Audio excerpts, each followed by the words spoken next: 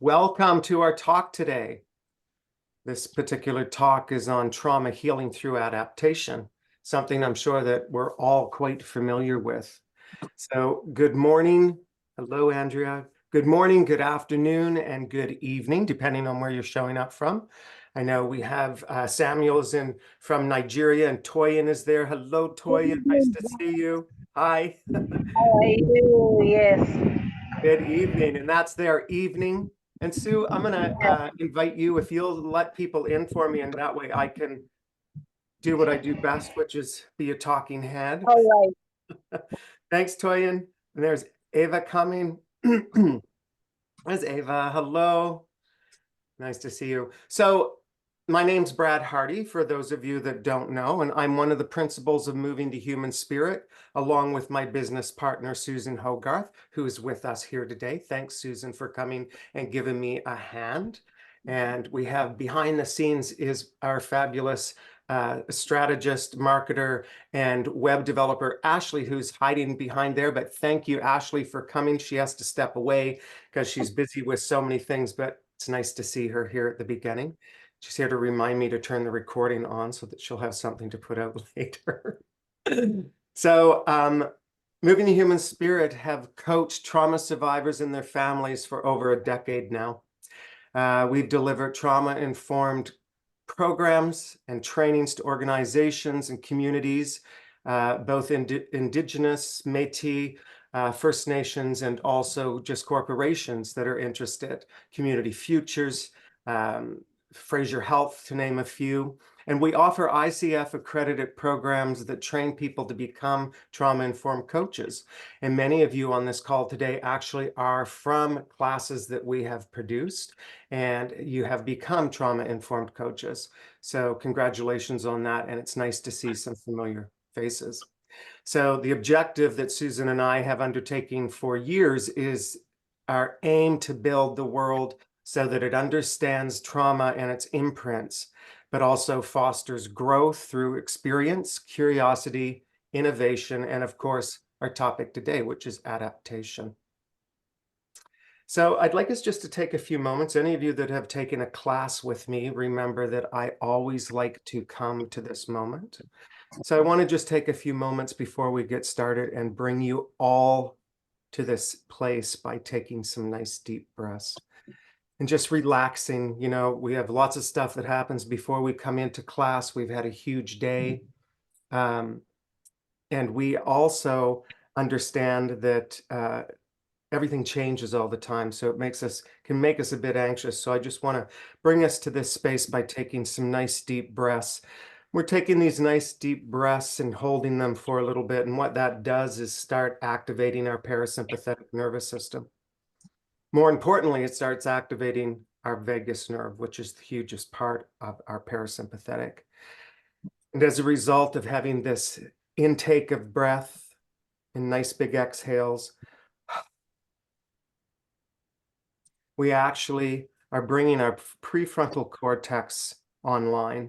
And what it does, of course, is it's part of our executive brain, and it assists us with learning and intake of information. So please just relax into your seats, let your buttocks sit and relax. And we will continue on with this particular conversation, and you'll have an opportunity at the end to ask some questions. So please come to this learning space as you feel fit after a couple of breaths. Hello, Rick, welcome. Syra, Jessica, Ali. So we know that adapting to and overcoming trauma involves profound resilience and involves a great deal of personal growth.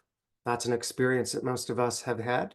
Lots of people that undertake this work actually come from a place of trauma imprint.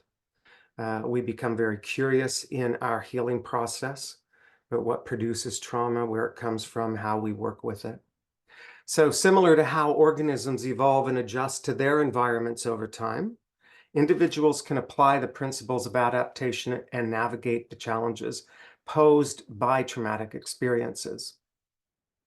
So just as species develop new traits to survive changing conditions, I always like to think about it this way because really, what are we if we're not organisms and species? Trauma survivors can cultivate healthy coping mechanisms, emotional resilience, and a renewed perspective on life. And that is a great deal of the work that we do as trauma-informed coaches. So when I think about this adaptive process, it may involve many different aspects specific to, we talk about it, the uniqueness of the individual. It can be seeking support from loved ones or professionals engaging in therapeutic practices. Uh, it also can be trauma-informed coaching or coaching in general, or even fostering a mindset that acknowledges the capacity for healing and transformation. I mean, what are we as coaches if not always trying to foster the mindset of knowledge, acknowledgement, awareness is the first step, but also healing and transformation. And our client does that heavy work. So by embracing the idea that adaptation is a continuous, dynamic journey, individuals can, of course, gradually integrate their experience into their lives. So that, again, is that place of adaptation. So what we're doing is allowing for resilience to respond to the trauma. We're developing a narrative that reflects strength, growth, and of course, a newfound vision. So all of us have experienced maybe at one point in our lives, depending on how heavy or light it is, but we know that life is unpredictable. It's a journey filled with both joyous moments and challenging ones.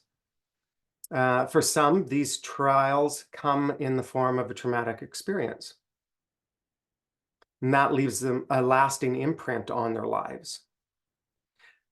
However, one of the remarkable aspects of the human spirit is the capacity to adapt and to thrive in the face of adversity. And that's some of the work that we want to talk about here today. So we will explore the concept of adaptation after the traumatic experience. We'll be delving into the resilience that enables individuals to survive, to grow, and to flourish. And that's what we're going to have a discussion about. So let's start by understanding trauma in a very general sense. So we know that trauma can manifest in various forms, from cognitive, physical, behavioral, psychological injuries, and also emotional scars. So it could result from a sudden accident, it can result from the loss of a loved one, or even prolonged exposure to stressful situations, things that compact themselves over an extended period of time.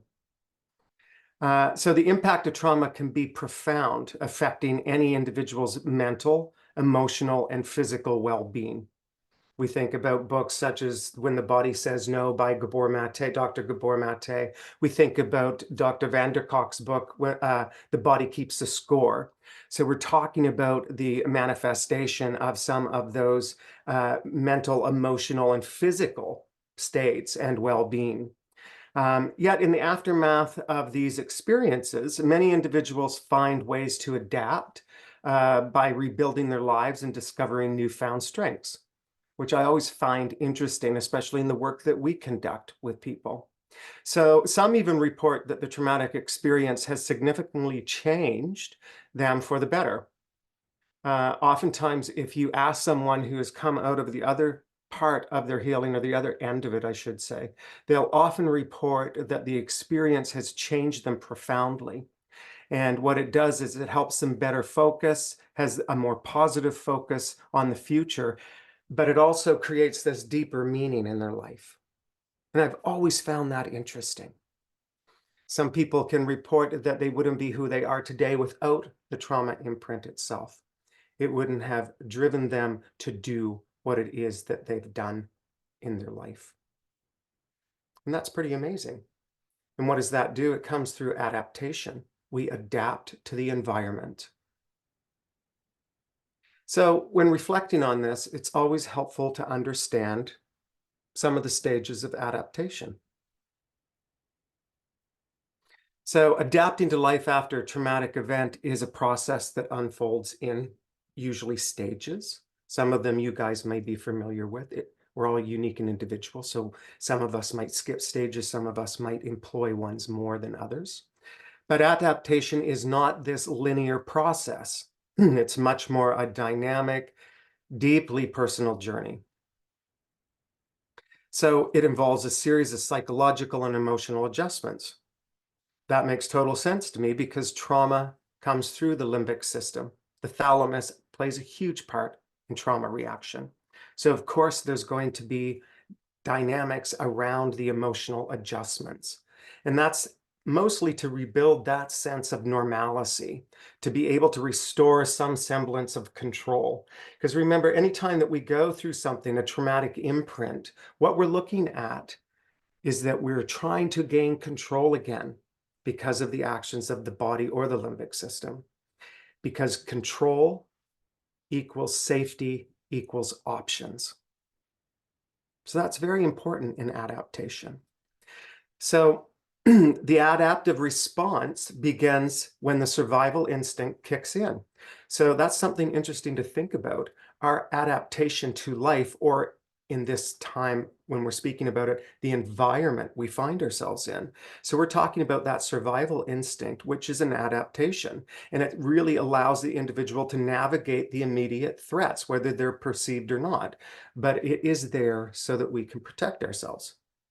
So we're coming from this place of safety and protection. And that happens without us sometimes having to think about it. That is an adaptive thing that has occurred through evolution. So what we witness are various or variations of some of the following as stages that unfold.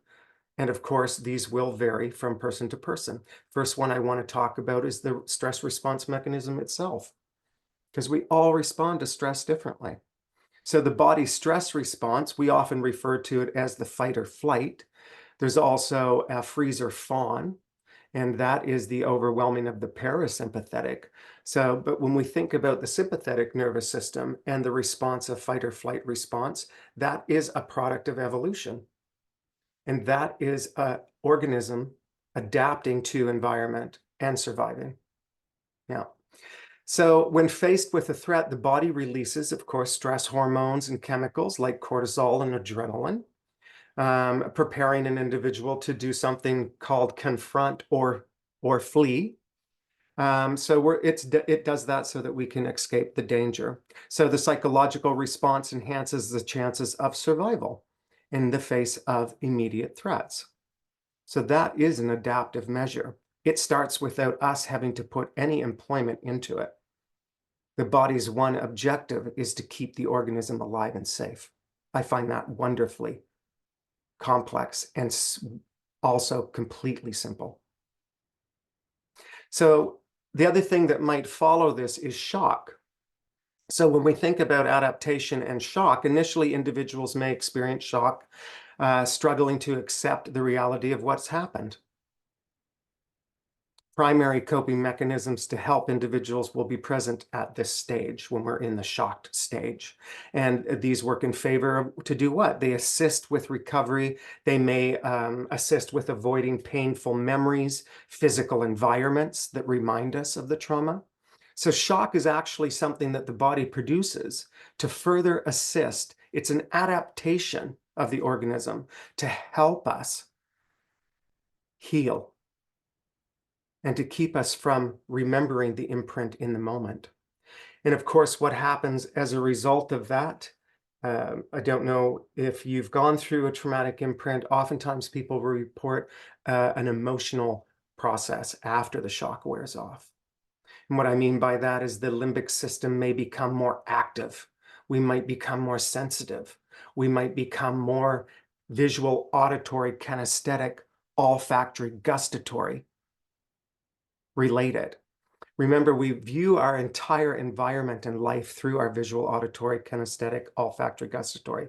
Those are the five senses that create our makeup or narrative of our life. So when a trauma response has happened, emotional processing can become a bit misaligned. So emotions such as fear or sadness, anger, severe adaptations, functions, helping individuals respond appropriately to challenges and threats. That's what it's doing. The limbic system is working through emotional processing so that we have a better idea how to be safe in the environments that we sit in. Traumatic experiences can trigger intense emotional responses. And these in turn, of course, guide future behaviors. That's what's interesting about it. These responses that get stored in our hippocampus, which we've talked about, they're stored there so that it can respond when it's triggered with intense emotional responses. And this in turn guide, again, the future behavior to avoid similar situations. It's what we do. If we sense something is perceived or real danger, and we have felt that before in our environment, then the hippocampus is going to pull that memory and send the chemicals through our body again, the stress chemicals and hormones. That is adaptation. It is important for individuals to acknowledge and express these emotions in a healthy way. That's when we start adapting further to becoming aware and gaining acceptance of the traumatic imprint. So awareness and acceptance is that pivotal stage where individuals start to acknowledge the reality of their situation. And that's moving us out of shock. And that's moving us out of disassociation. And we're starting to look at and acknowledge the reality of what has happened. So this phase often marks the beginning of the adaptation process for individuals who are exploring ways to move forward. They've become exhausted with being stuck in environments that no longer serve them. And that may be repeating the emotional, physical, mental pieces of it. And what we're doing here is working to make sense of the narrative so that we can then move forward. It's a beautiful thing when we reach that point. So how do we do that? Well, with awareness, we begin and acknowledge the need for things such as professional support. In my work, we talk about the clinical piece as well as the coaching piece. Some people require the clinical piece first before they can do talk therapy, bottom-up thinking, top-down work. They need to have that to regulate the system as it is. But this awareness, of course, is that pivotal point in adaptation. Mental health professionals, therapists, counselors, trauma-informed coaches, they can all play an incredibly vital role in helping individuals in navigating the complex terrain of what trauma may have existed. So individuals can actually explore, if you will, and process their emotions through these types of therapies. And again, I mentioned top down and bottom up. Top down is talk or conversational work. Bottom up is when we're looking at somatic or full body work. Those components can help amazingly. It's one of the things I enjoy about our work. We are mind, body, and soul, or spirit, we call it. We deal with all aspects of the person themselves. So this exploration, of course, what does it end up doing? It helps clients gradually gain insights. And we know that awareness is one of the first steps, insights into what's happening. If we don't know what's happening, how can we then resolve it? So we gain insights. Those insights then facilitate healing and adaptation. Again, I'm using the word adaptation here because I'm trying to cement it in our thought about what's happening.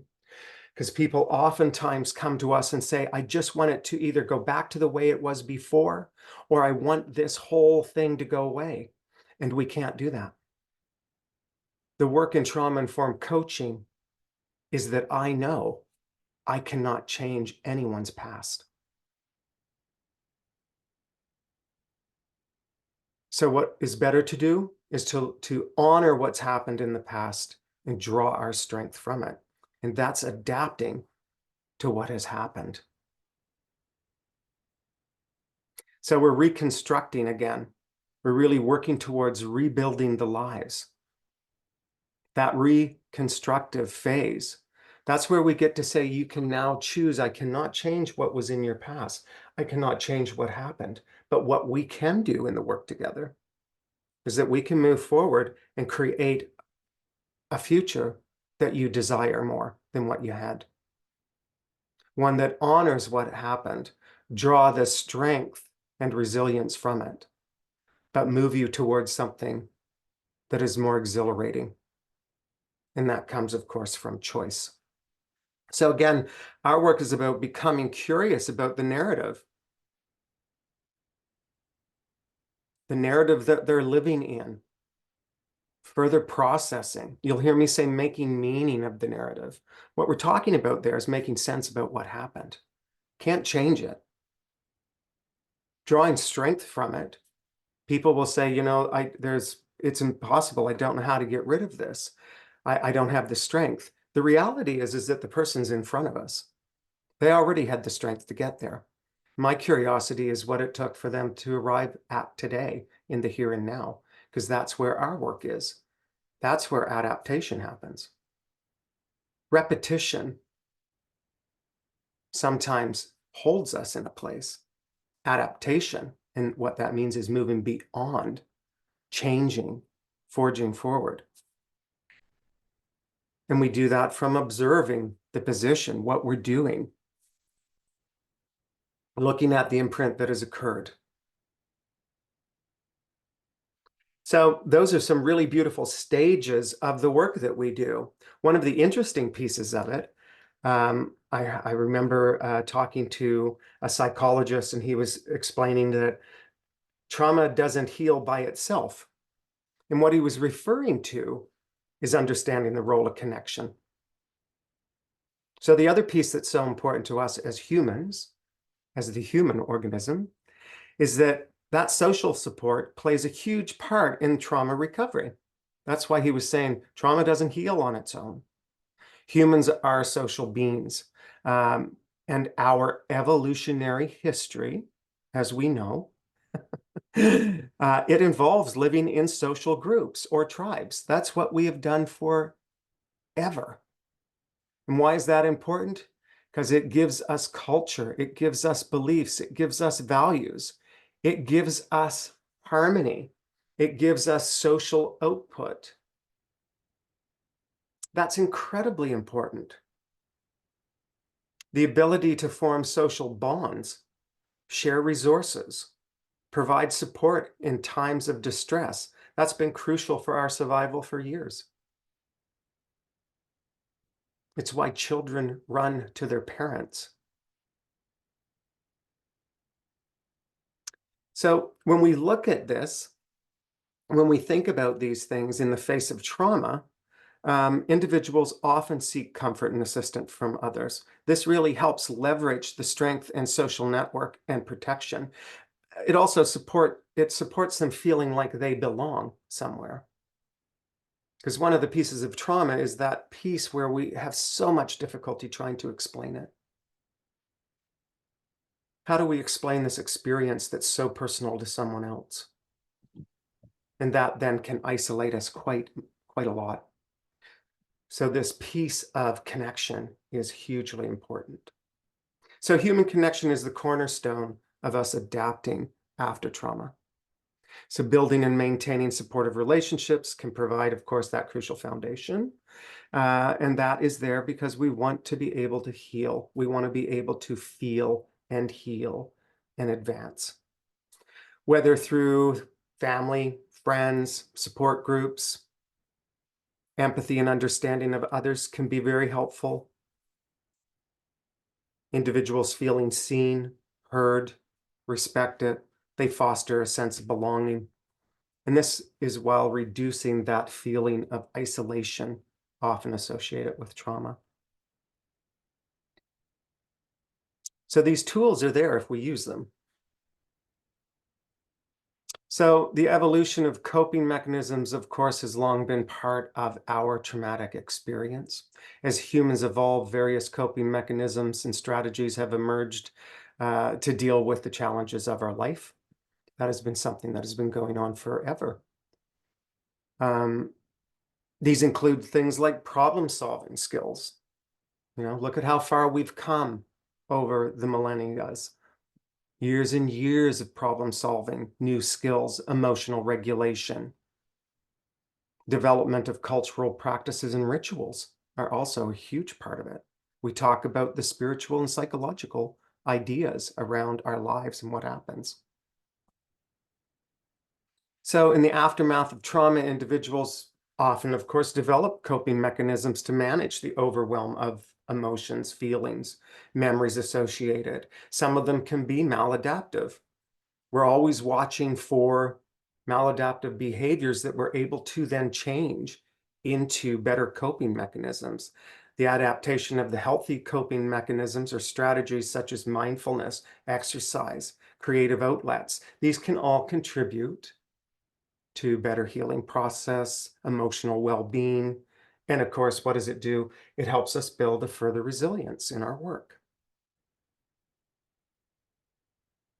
And building that resilience, of course, is a very much about self-efficacy. And that is about us believing in our capacity, being able to do, checking my time there, being able to link it to resilience. I'm able to do this. I think about when we see this narrative play out in the hero's journey. You know, we see that story a lot over and over again. They have to overcome these amazing things and really build their capacity to be able to do things, cultivating that real sense of hope and optimism. And that, of course, fuels the adaptive process to be able to adapt. Reframing narratives. What's the narrative that we're talking about here? The powerful aspect of adapting after trauma, changing the narrative, using our mind to, and it doesn't mean that things are trivial. It doesn't mean that the pain didn't exist. We're not dismissing the gravity of the trauma.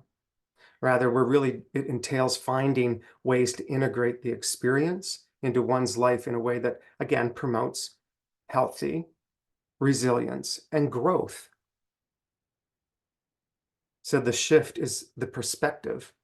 Shift in perspective can always change and empower individuals in how they see themselves, not just as survivors, but people that thrive.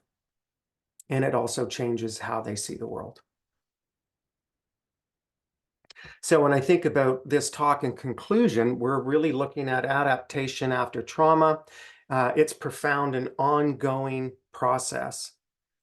And really what it requires: time, patience, self-compassion. We get to choose what's next. We get to be compassionate. We get to take the time for the healing process. So while the scars of trauma never fully disappear, they certainly can serve as a testament to the incredible resilience of the human spirit. So by embracing the journey of adaptation, individuals transform their pain into strength. They find new purpose and meaning in the face of adversity. Ultimately, the pursuit of healing and after trauma is a courageous endeavor. We all know that. You have to put the time in. You have to have the courage.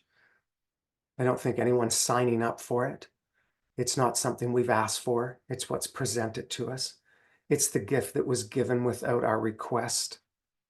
So we're really illustrating individuals' remarkable capacity to survive and thrive in the wake of life's most challenging moments. And that, for me, is one of the most amazing things we do as humans. That piece of adapting to and changing is amazing. So now what I'd like to do, the talking head is done. I'd love to invite you guys in if you have insights, questions, ideas around this topic that we've talked about today. Anyone have questions, insights, exploration? How do you feel about adaptation? Thanks, Joel. Go ahead. So first of all, thank you. A big thank you. I appreciate knowing and hearing about the stages.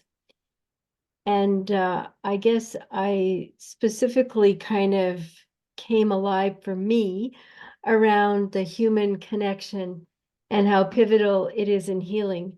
Because for myself, it really reinforces my belief system. And I guess what I'd like to just share quickly is that we live in a digital age with many, many forms of communication. And through a recent experience myself, I've come to see that the emotionality of adapting to trauma is very deep. And sometimes certain communications can have kind of a jarring effect. And so it became and has become important for myself, because I do believe that the human connection is the net under many of our health and well-being as we go through trauma adaptations. But it became important for me to be sensitive to these different forms of communication, the texting, the letter, the notes, the phone calls, the emails, and figure myself out in relation to that as to what works at certain times and what doesn't work at other times, and to be thoughtful and to communicate to others what I'm experiencing. So that's Yeah, beautiful.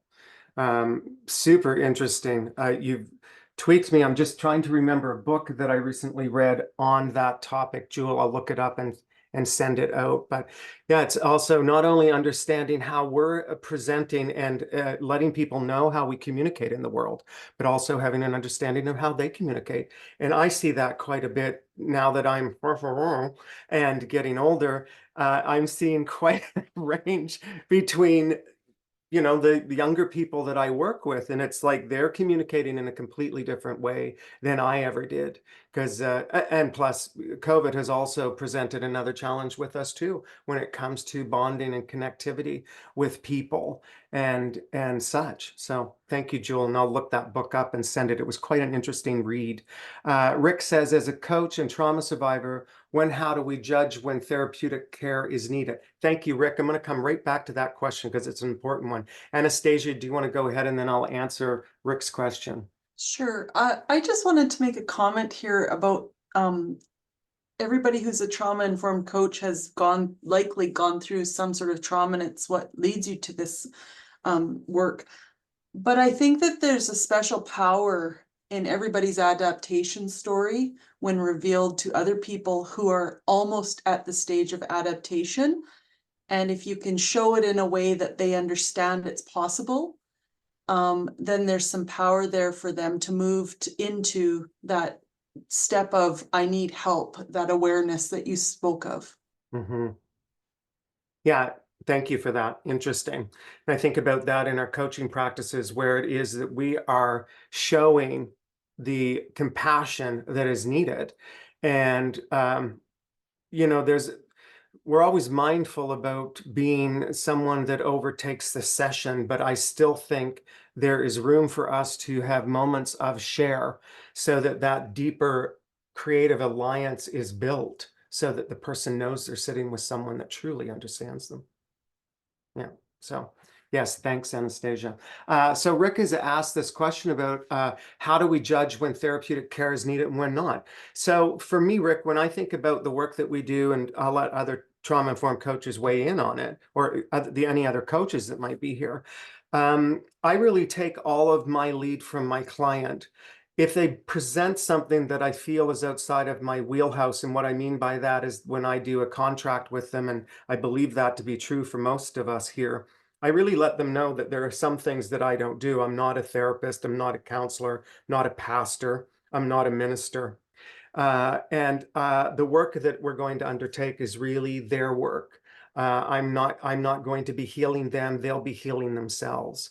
So I think the one thing we stand off of is that we hold the individual completely capable to make their own choices. I know you probably do as a coach as well. And when it comes to things that I look at that they present, and I think in my mind, is this within my wheelhouse, or is this a clinical approach, or is this more a therapeutical approach? Then there may be an opportunity for us to investigate that curiously with the client.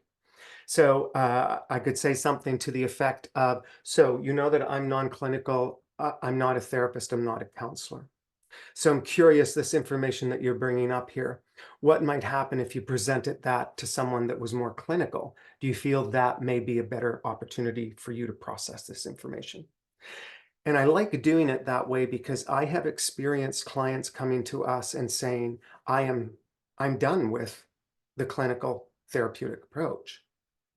I feel like I've been doing it too long. I've been in it for 10 years and nothing seems to be resolving or moving. Now, I know there's a placement for everyone. So I don't discredit clinical, therapeutic, counseling, social, any of it. But as trauma-informed coaches, our work is in the present and the future memories of our clients. We never go to the past. And I know that in clinical and therapeutic and psychiatric and psychologists, they sometimes will try to dissect the story to make sense of it. I'm only interested in making sense of the narrative moving forward because I know I can't change anything. So, but if the client is still, if there's something, I mean, there's different ways. I can't give you the farm right now. I can only open the door for you. So there are ways we can collect information from the past if a client keeps going there because it's obviously a strength, or at least that's how we look at it. There's something still there that you keep going back to. Let's find out what's positive about it and bring it to the future. That's the smaller part of it. But if I don't feel I'm able to work with a client because there might be something that is needed by another professional, I will have that conversation. I still allow them to choose whether or not, but I let them know that that's not a piece of what I do. So if you're looking for, i.e. if they're looking for a clinical outcome, that's not our wheelhouse. And I'm really mindful of that piece because again, some people are done with it and some people aren't. Some people have just begun. I think it all belongs. You'll hear me say that. Well, I say it less now, but I mean it. It all belongs. So both have their place and pieces. Yeah, Laurie's saying, coach the person, not the issue. Yeah, I love that, right? And it's a good reminder. We're not here to change them. They're here to change themselves. And that's so, gosh, that's such a nice place to be. What a beautiful place to sit in. Thank you, Yuki. Thanks for coming. Nice to see you, Yuki. So any other questions or input before we wrap up? So we really want to thank you guys for being here today. Again, if you have any questions, you can find us on our website. I'll just stick them in the chat. I think Susan has already. Reach out if you have questions or insights. Hello. Bye. Yeah.